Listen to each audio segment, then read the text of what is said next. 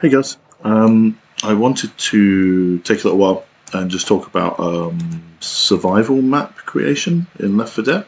So this is one of the survival maps that I've added recently to Salvation Falls. Really, I had the Falls idea. Obviously, is used in the campaign, but it's used in a gauntlet run. And so players didn't really get the chance to spend time just hanging out and checking it out. So I thought a survival map was a good way of showcasing the Falls aesthetic that we had here. This is a modifier of it. So there's two maps. There's two versions of this map actually in the campaign. One of them is just a straight survival map. This is a chainsaw survival map, which I added. I've added a mutation to do. So basically, it's the same as a survival map, except all you have is chainsaws and throwables. But then additionally, just for more fun, I made all of the infected clowns, because why not? I really like cutting clowns up with chainsaws for some reason. So, but let's talk about the layout. So if you're going to make anything for Left 4 Dead, if you're in the mood for making something, I recommend having a go at a survival map, because you can build just one area, and you can you can build this area and you can put, a simple amount of gameplay into it. You can put a lot of effort into a small area, make it look great, and it still gets out there, and it means it's out there for people to play. And all you had to do, you didn't have to build a whole level or a campaign. All you did was just build one area like this, and you can chuck it out on the workshop. Whether anyone will play or not, I don't know. Like, people tend to play, there are people that play survival maps, but yeah.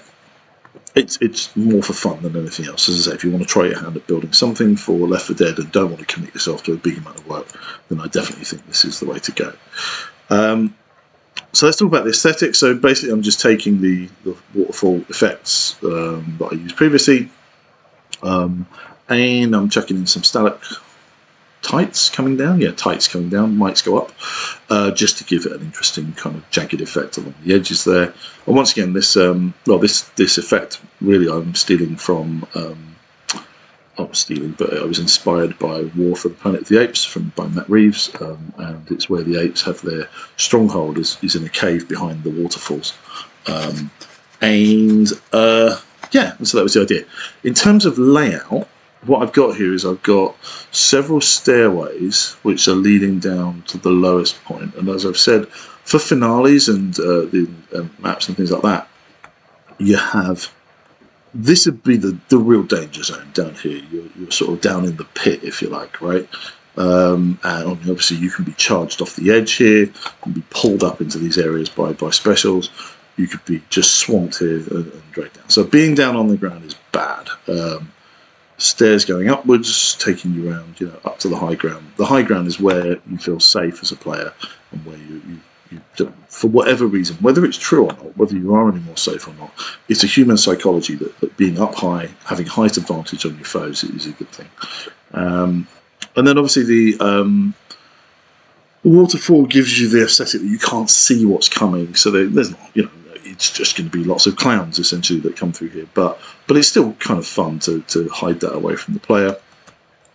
The chainsaw in combination with throwables and things like that, really these kind of throwables, if I were to walk over and chainsaw that, I would take damage, so that's not a great idea. But what I can do is I can throw a Molotov at it. So it really, for me, a chainsaw in a survival situation really changes up the way of thinking, of what you've got to think about. Great short range, but yeah, it does change up your gameplay and tactics.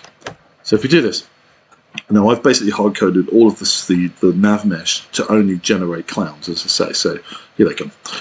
Now they've got a long way to get up here, but because I've only got chainsaws, I can't really fend them off any earlier. The survival maps can go one way or the other, and it's best to start at the top here. But what we've got here is a very long strip, so a charger up here is going to do a lot of damage up in this space if we don't take care of them quickly. Things like that. Is it a great survival layout? Don't know. It's fine. I mean, I think it's fun to play. As you can see, my best on this map on this computer is 1 minute 32, so I am not good at this. But there's something fantastic about just creating a massive pile of clown parts. And when you hit them, their noses beep as well, which is fun. See, now we've got a problem. So there you go. So we've got our partner's being dragged off. I don't even know if I can reach him. Oops. See, there's a bug. I think they might be dead. Goddamn clowns. But yeah, so survival maps aren't really about. Obviously, they're about. So what you want is really it to be quite hard. You don't want people to be able to reach 10 minutes by any means. So the challenge should be: can I survive longer, than 5 or 10? Like there's different milestones in the challenge map. I'm about to beat my record. There you go.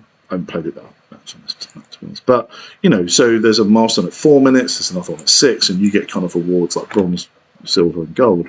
But really, you're looking for this to be quite tough as a result. That's pretty much most of what I've got to say, but I really recommend it. If you want to have a crack at just doing something for Left 4 Dead, there's a lot of people that have come back to playing it since the last stand. On Salvation Forms campaign, I'm now up to 20,000 people, 20,500 individual different people have played the campaign, which is incredible. And I've never had player numbers like that for anything else that I've made. So it's fantastic to be able to put time in and to see it getting played and enjoyed by so many people. And and I know it's being hosted on a bunch of servers and things like that. So but as I say, survival map certainly is a way to just try your hand at it and see what you want to do. Anyway, here's the tank, so I'm probably dead anyway. There you go. Thank you so much for listening, and cheers. I hope you enjoy it. Bye.